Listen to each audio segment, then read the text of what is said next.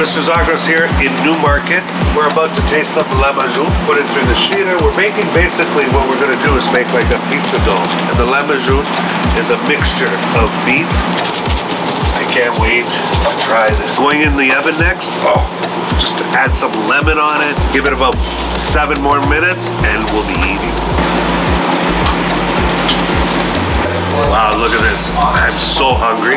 One of my favorite dishes at Mr. Zagros, the Lahmacun. We're gonna put some lemon on it.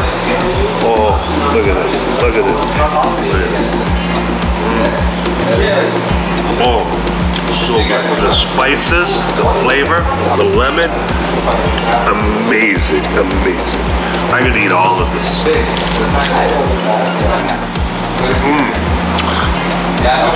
It's so good.